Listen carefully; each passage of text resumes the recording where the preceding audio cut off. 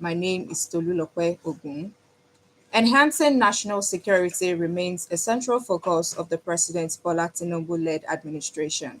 Minister of Information and National Orientation, Alhaji Mohammed Idris, reiterated this while speaking at the continuation of the seventh ministerial briefing this Wednesday. Alhaji Idris highlighted the government's substantial investment in acquiring modern equipment for security agencies, while, according to him, reflects its commitment to safeguarding the nation. The minister urged journalists to refrain from giving undue prominence to bandits and terrorists in their reportage, warning that such coverage could amplify their agenda. The government at the center remains committed to strengthening access to justice, promoting transparency in public operations, and empowering communities to actively participate in decisions that affect their lives and livelihood.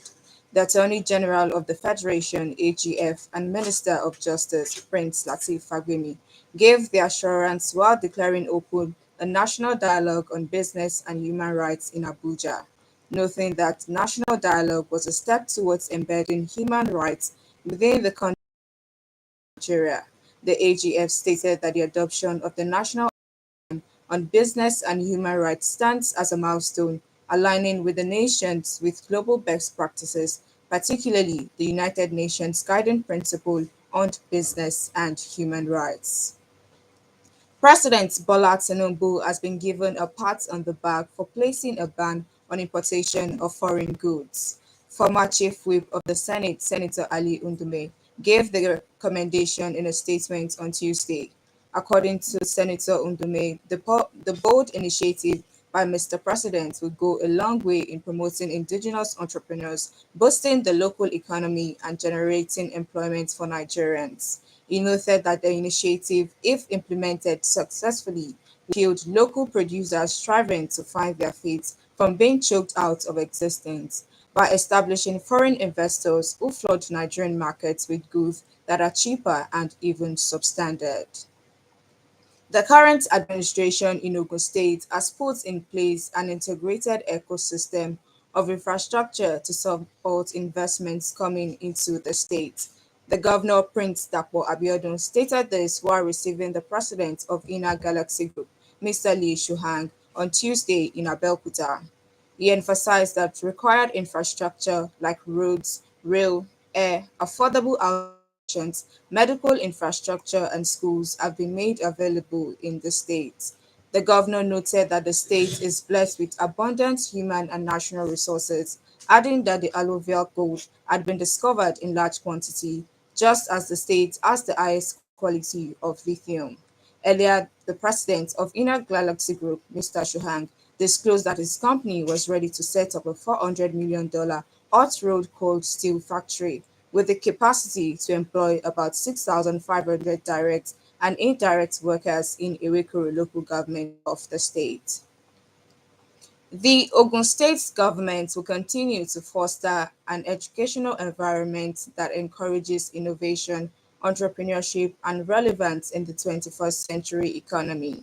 The Commissioner for Education, Science and Technology, Professor Abayomi Aribabu, stated this at the 2024-2025 matriculation and oath-taking ceremony of Moshood Abiola Polytechnic, Mapoli, held this midweek at OGD Hall of the institution at Ojere in Abeokuta. Professor Aribabu, who assured the government's commitment to ensuring that education in the state remains accessible, inclusive, and of the highest quality, said it will continue to work with Mapoli to build a brighter future for the youth, saying the institution has long been a beacon of excellence in technical and vocational education in Nigeria. The commissioner, who was represented by the Director of Tertiary Education, Mr. Oluwole Majakudumi, submitted that the government is proud of the school's legacy of producing skilled, innovative, and responsible graduates, encouraging the new students to imbibe discipline, integrity, and diligence. Also speaking, the registrar of the Joint Admission and Matriculation Board (JAMB), Professor Ishak Oloyede, who was represented by Ms. Abiola Adekunle, implored the students to adhere to the rules of the school and make good use of the available resources to boost their academic knowledge. urging part-time students to register with JAM to validate their admission. Meanwhile, the Moshood Abiola Polytechnic Abeokuta, which is a 46-year-old foremost generation institution, is widely recognized as a center of excellence, and its graduates have continued to excel across various works of life and endeavors. The rector of Mapoli, Dr. Babatunde Jolasho, made the submission in an address at the 2024-2025 matriculation and oath-taking ceremony. Dr. Jalasho, who reaffirmed the institution's commitment to maintaining its status as a leading trainer of technical manpower in Nigeria, announced that a campus radio station named Mapoli Radio 99.0 FM is now fully operational, and it is an avenue for the institution to train and nurture students as well as to inform, educate, and entertain its public.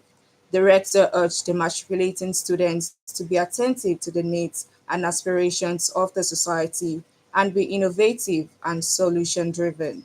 The chairman, Governor Soul of Mapoli, Professor Kamaldeen Balogun, in a remark, congratulating the 3,944 matriculated students for gaining admission into the institution, which has been a model for others in the state, advising the students to fulfill the purpose and aspiration of their parents who struggle to send them to school despite the economic challenges in the country. The implementation of dual mandate policy, which allows federal colleges of education in Nigeria to award degree, is a good development in the education sector. The Provost, Federal College of Education, Oshele, Dr. Rafiu Oyeleye, stated this in an interview. According to him, starting a degree program will allow College of Education to start up their mandate of producing quality teachers for schools across the country, which they have been doing in affiliation with some universities before now. He said this will also make the institution to add more value to its immediate environment, the entire state, and the country's education sector in general by solving the challenge of shortage of quality teachers nationwide. Dr. Sholei affirmed that the degree program will commence in September in all the colleges of education that have the capacity to take off by then. On sports, the Ogun State Governor Prince Dapo Abiodun has said that finishing touches are being put on facilities in all venues that will be used for the National Sports Festival tagged Gateway Games 2024. Speaking while playing host to the sports editor under the aegis of the Guide of Sports Director at the Olusegun Obasanjo Press Center, Governor's Office, Okemoson, Abeokuta. Governor Abiodun said facilities at the Alake Sports Center and the MKO Abiola Stadium have been brought up to date and are ready for use. The governor noted that sports is one of the means that unites the nation, promotes skills, discipline, leadership, and nurture talents, adding that the forthcoming sports event aims to discover more talents and nurture them to become world beaters. Still on sports, the Nigeria Premier Football League returns this Wednesday with week 33 games on the menu. Remo Stars, who have already won the league, will be basking in the euphoria as they visit El Kanemi Warriors in Maiduguri. Already relegated Lobby Stars will welcome Nasarawa United, while Abia Warriors travel to Niger Tornadoes in Mina, and Rivers United lock arms with Enugu Rangers. Bendel Insurance will host Aqua United, Shooting Stars, and Sunshine Stars lock-ons in Ibadan, just as Castina United entertains Kano Pillars. Eyimba will take on Kwara United, Atland hosts Plateau United, while Ikorodu City will battle with Bayelsa United. That was the news across Nigeria on OGBC, packaged by Chris Ogu. For exclusive programs and the latest news updates, visit our website at ogunradio.ng. Follow us on Facebook at Ogun Radio Abelkuta and on X at OGBC 90.5 FM. You can also listen to OGBC on the